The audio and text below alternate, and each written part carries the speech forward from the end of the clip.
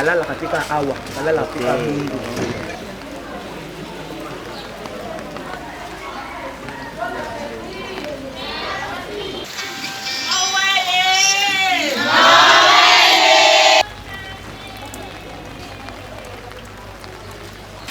Kaboula esengo ya fin de l'année. On a vu que ça va fête, va bonne année, va Noël, je me suis dit, toko bosana te, bande qu'on a vu ce wap to kenda qui une fois, tous on y a la bango, to kaboula moi quelque chose, parce qu'on n'a pas un message il y a grave. Je sais que c'est pas grave. Nous sommes venus juste pour fêter la Noël. C'est juste ça le message. Toye et Zambotama à moi nous sommes des chrétiens, bisonniers ensemble. Toye que c'est très symbolique pour nous les chrétiens. Donc toya les toba qui ensemble, toya, tokaboula moi mai, moi coca, tout le monde en a bandeko. Tout si ça année en beauté. Parce que toye que année mon sous-saison banda ya sika, toye que ni nzamba ko bombe la biso. Mais pour l'année d'abord toye que tu vas en beauté avec vous. Donc toye. J'espère on a parlé avec maman, on a téléphone, ma camozo qui est malène, l'autre fois tant qu'il y a tout le monde qui est établissement. Tout le monde qui va demander Nabino. On a eu un discours d'ailleurs, j'en ai avec moi. Oyo, bande qu'on a biso basengaki, bazana besoin pour bomisa ici pour la batole, pour la matelas, on avait amené quelques matelas mais on dit que c'était pas suffisant. Toujours bon de la part en temps bien sunga biso petit à petit parce que vu que à sunga biso quand même pour que tout y a tout laisse sa place sur la table de amen.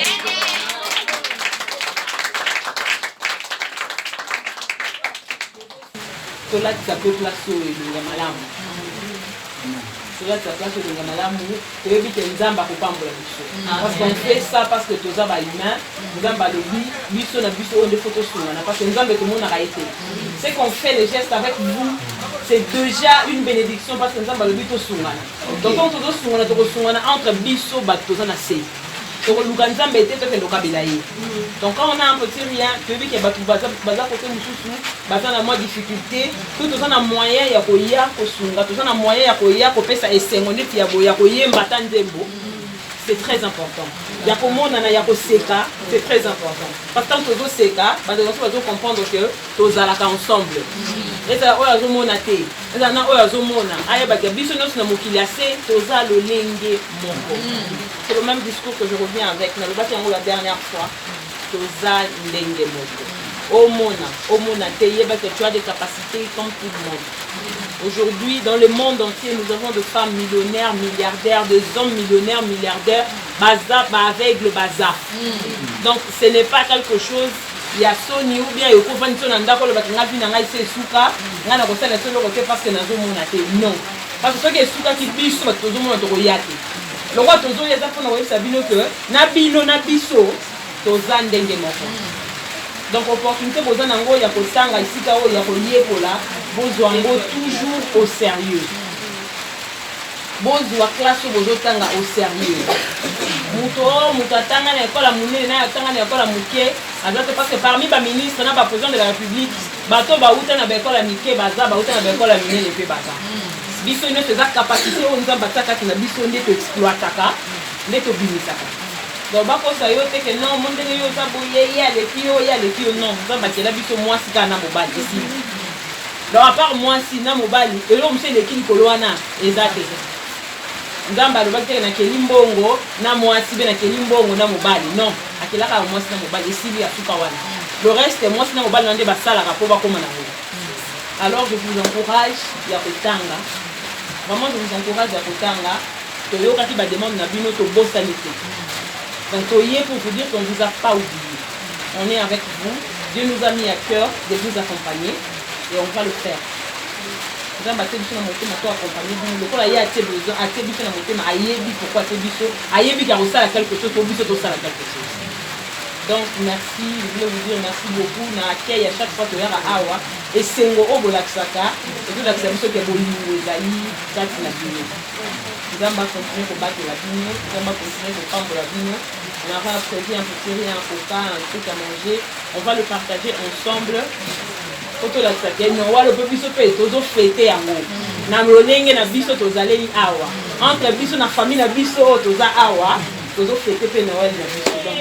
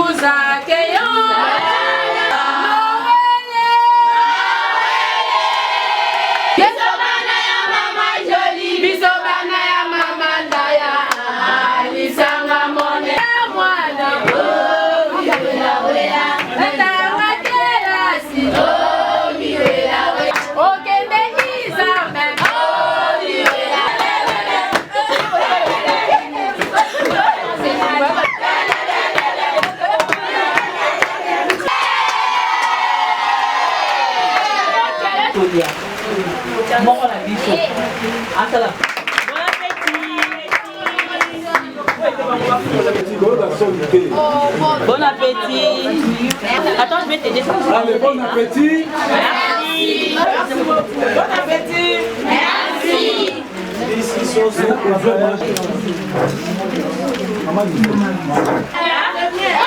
C'est bon, ça goûte. C'est bon, hein? C'est bon.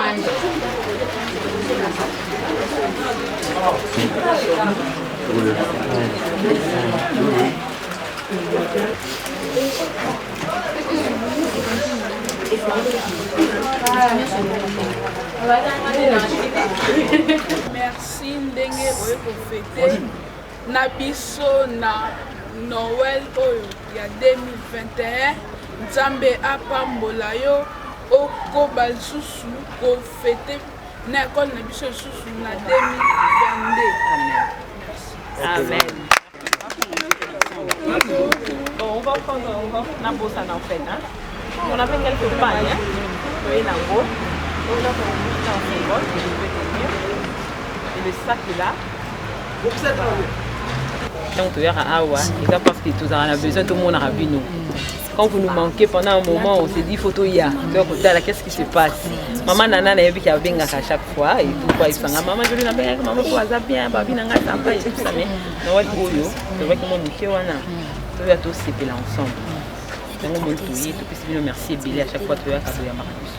Beaucoup de choses parce que mon nid est à Bolingo. On ne pas Bolingo, ils allaient, puis surtout, on a des Bolingo, donc on va pas faire ça. Bonne année 2022. Depuis qu'il y a 2022, tout le monde a. Pour tous à l'ensemble, tous ces calculs de ton message dans Koseka. Bonne année, bonne année aussi. C'est pour la minute on a yaka. Maman la zali. Maman la zali à chaque fois. Oui, tu as ça mungala.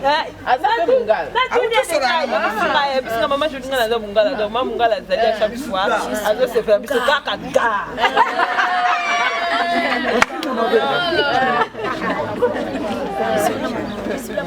Ah ok, merci. Tout ça, papa, j'aime ça. Oui,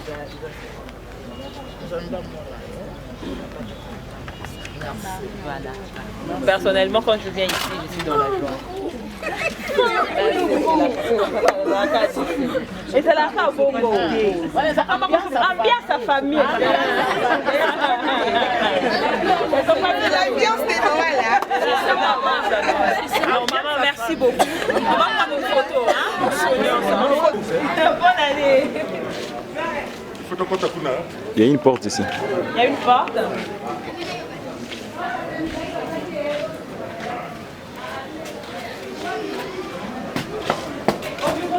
Au bureau là. Il faut que tu nous expliques comme ça, que les caméramans. Moi, directrice d'internat. Naza directrice d'internat. Nakadra bana oyo baza logé awa. Deuxièmement, naza chargé à la sociale. Maintenant, c'est état social école. Même contact pour Madame Alphonsine, aza na problème de vision. Alors, j'essaie de m'amususu. On a assisté, soit par contact ou bien au déplacement roboé. nga na kokosala ngo plus rapide par rapport na ye peut-être akolukaki donc naza chargé na makambo nyonso ya social ya école. Bana baza combien d'écoles là bino? Bana baza toza na bana ebele plus de 70 élèves. Seulement on a le problème de déplacement. Bana wana nanu kozwa bango ezaka passe. Il faut koluka bango parce que ce sont des enfants qui sont cachés na banda babombaka bango. Alors c'est moi qui fais les recrutements. Comme na kelukaka bana soki mutu apesi nga adresse ayebisi nga ke no place tel mwana azali ok osolo na baparent ezalaka mpe facile te mpo bakoyebi biso akotanga te akozala nani. Il faut convaincre le parent comme ça soki bandimi balibere mwana yo kobanda classe mais bana baza ebele seulement toza limité na bamoyen on ne peut pas loger na bacondition toza nango kologer bana ebele.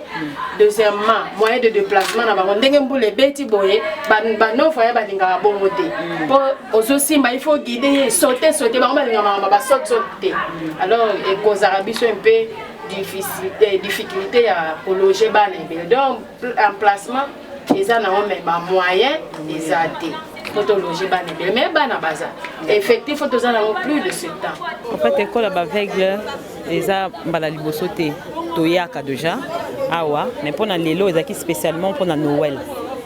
ezalaki mpona Noël parce que baza bana na biso toyaka kotala bango à chaque fois toyebi ke bazalaka na mwa badifficulté toyaka à tout moment mais lelo toyaki spécialement tofete Noël na bango ensemble tokabola joie wana na bango mpe na lokola baza bahandicapé boyebi baza baveugle donc nous sommes venus pour partager cette joie là avec eux. Ok, ezalaki ndenge nini? Bon, ok, ezalaki très bien hein? Bana bayambi biso basepeli bakomona baimage bazoyemba banzembo bazosepela tu sens que bazalaka na esengo et puis balingaka bato baya kotala bango mpo esengo na bango wana ekoma lisusu makasi. Vraiment on a beaucoup aimé, l'accueil était très très bien, on a beaucoup aimé. Catégorie ya bato ezalaka ebele mais pourquoi seulement le choix ya baveugle et puis wana kati ya Kimbanzeke? Le choix baveugle na Kimbanzeke parce que baza bato babosanaka un peu hein? Comme ils sont non-voyants bamona raté des fois on a tendance à relobaka ils ont tendance à retirer bango na ba oubliette hein? On dirait baza importante et tout ça mais biso choix na biso ils apportaient pas na bango parce que ngana moni bato ebele ya ba aveugle na monde entier oyo bakomi bato minene par rapport à ba signe ba écriture na bango kotanga wana et tout yango biso toponaki tolobaki biso mpona fondation toponi bango pour les aider. Attends à moi financièrement et même na isengo kaka koya kotala bango kolakisa bango que vous existez boza bato yango moni toya kotala bango. Un très grand plaisir pour nous, c'est une très grande joie venir voir ces enfants aveugles parce que vous le savez ce sont des démunis, des enfants négligés de fois, des enfants oubliés même. Mais quand on voit des initiatives pareilles, les parents, les mamans, parce que leur promoteur c'est un aveugle, la directrice des disciplines ici c'est un aveugle, les études c'est un aveugle, donc on comprend que c'est leur initiative à eux-mêmes. Ils ont pris entre eux de prendre les enfants qui ont des handicaps comme eux et les aider à évoluer dans la vie, à étudier, à devenir aussi des personnes importantes à l'avenir. Vraiment c'est un grand plaisir, c'est beaucoup de joie, moi ça me fait vraiment beaucoup de joie et ça nous pousse à venir vers eux pour les aider parce qu'ils en ont besoin. Merci beaucoup. Na kumisina nzambe oyo apesi biso makasi ke tomona na journée à lelo. Na pesi maman Jolie merci na œuvre oyo azosala et pas na biso ba vulnérable oyo ba mona biso biloko pamba toza marginalisé toza rejeté dans la société. Mais maman Jolie a pensé na biso oya ko fêter na biso fête ya Noël pe nouvel an to pesi merci to sengi nzamba pesi sou makasi pour na 2022 to kutana lisusu pe apambole sous de plus a pesi longue vie.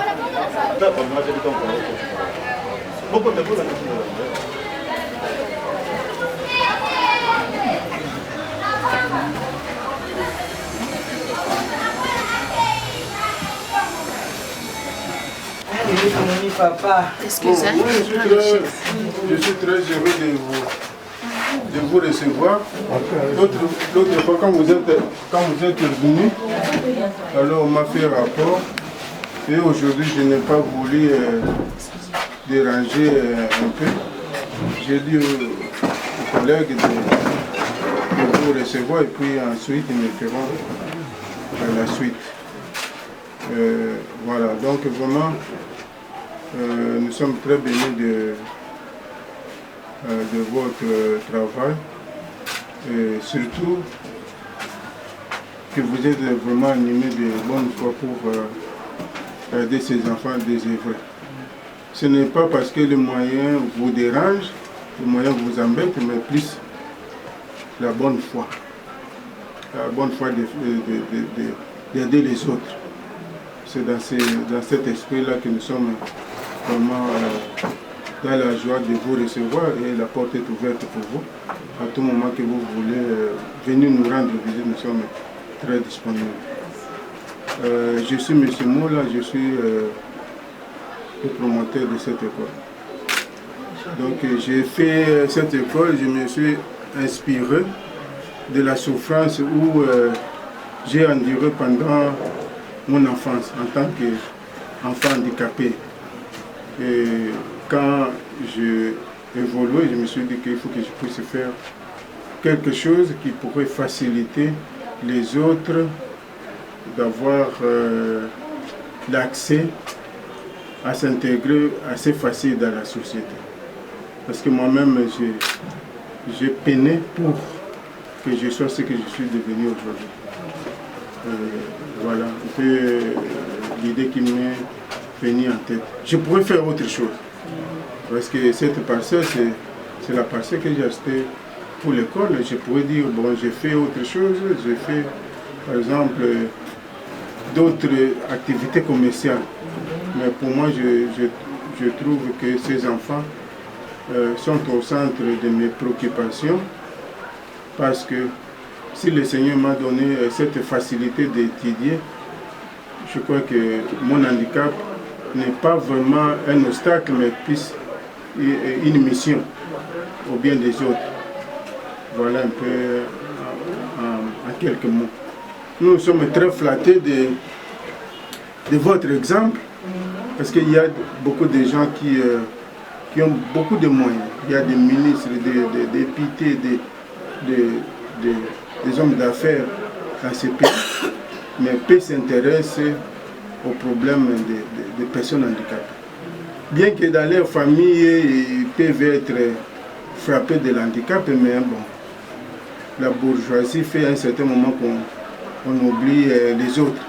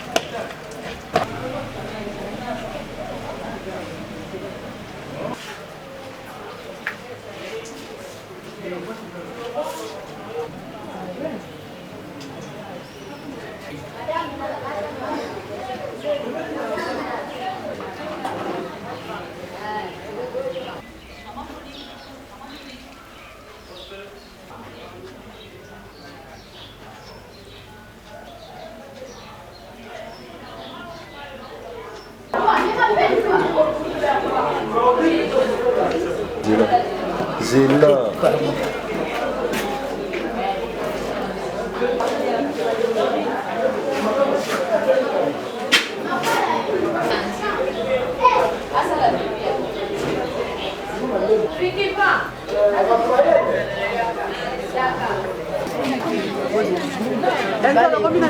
On va parler maintenant là.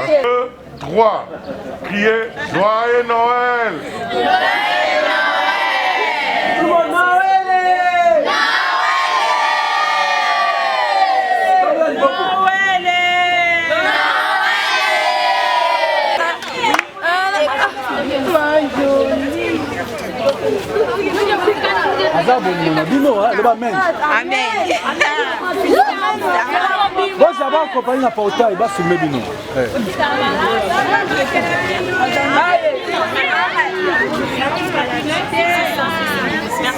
C'est ça, regardez quand il s'est reposé dans le c'est ça, c'est ça qu'on va dire. C'est ça, maman.